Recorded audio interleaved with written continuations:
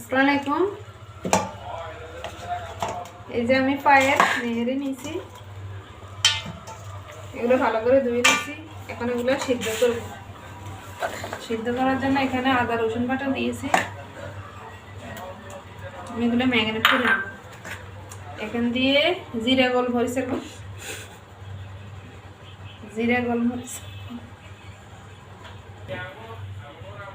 গরম মশলার গুঁড়া, ধনিয়ার গুঁড়া, লবণ এবং মাংসের মশলা। এই যে আমি হলুদ 1 চামচ দিছি। এই যে সব মশলা দিয়ে দিছি। এখন আমি ভালো করে হাত দিয়ে ম্যারিনেট করে সিদ্ধ করতে দিব।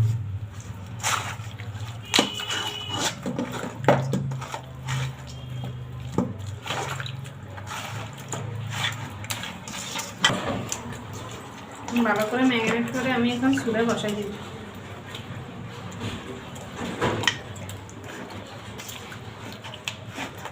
আমার নেড়িগুলো পুরো সিদ্ধ হয়ে গেছে। এখন আমি আজকে এগুলো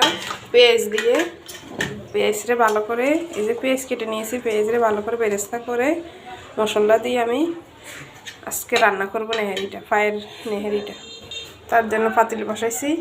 এদিক দিয়ে আমি মশলা নিয়েছি, গরম মশলা, তেজপাতা, দারচিনি, লবঙ্গ, গোলমরিচ, এলাচ এবং কাঁচামরিচ লাস্টে দিব।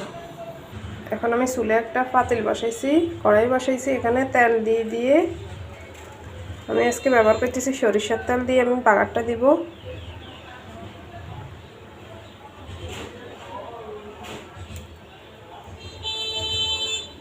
পরিমাণ মতো সরিষার তেল দিয়ে দিছি। আমি একটু জিরে দিয়ে দিছি, গোটা জিরা, যাতে ফ্লেভার ভালো আসে। এখন জিরাটা ভালো করে একটু নিয়ে তারপরে আমি গরম মশলাগুলো দিয়ে দিব। আমি পেস্টটা দিয়ে দিচ্ছি। এখন গরম মশলাগুলো দিয়ে দিব আস্তে আস্তে। পেস্টটা দিয়ে আমি গরম মশলাগুলো দিয়ে দিচ্ছি। কাঁচামরিচ রেখে গরম মশলাগুলো দিয়ে দিচ্ছি। এখন পেঁয়াজের সাথে ভালো করে বেরেস্তার মতো করে নিব। পেস্টটা করে তারপরে এখানে দিয়ে দিব। আমার পেস্টটা ব্যস্ত হয়ে গেছে। এখন আমি আদা এবং রসুন বাটা 1 চামচ দিব। যেহেতু আমি সিদ্ধ করতে দিয়েছি, এখন কম দিব। এখন ভালো করে আবারও আদা রসুনটা ভালো করে মিক্স করতে হবে। এদিক দিয়ে আমি কিছু মশলা নিয়েছি, ধনিয়ার গুঁড়া নিয়েছি, মাংসের মশলা একটু নিয়েছি, গরম মশলা নিয়েছি, হলুদের গুঁড়া নিয়েছি, শুকনো মরিচের তেলে তারপর ব্লেন্ডার করে নিয়েছি এবং জিরা এবং গোলমরিচের গুঁড়া নিয়েছি। আমি স্বাদ মতো লবণ দিয়ে দিব। মশলাটা যেন পুড়ে না যায় তার জন্য একটু পানি দিয়ে দিব। এখন আমি লবণ দিয়ে দিব 1 চামচ। আমি যেহেতু সয়া সস দিব, লবণ একটু কমাই দিছি। সিদ্ধ করতে লবণ দিয়ে দিছি।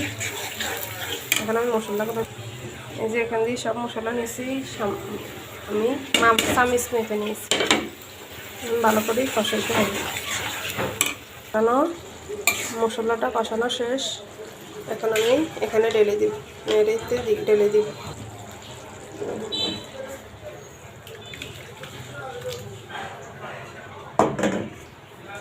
এখন ভালো করে মশলাটা মিক্স করে নিব।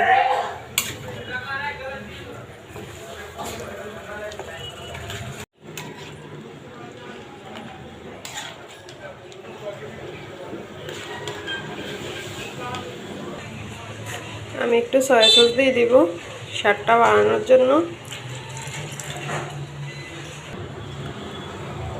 নেড়িটা হয়ে গেছে। এখন আমি কাঁচামরিচ ছড়াই দিচ্ছি।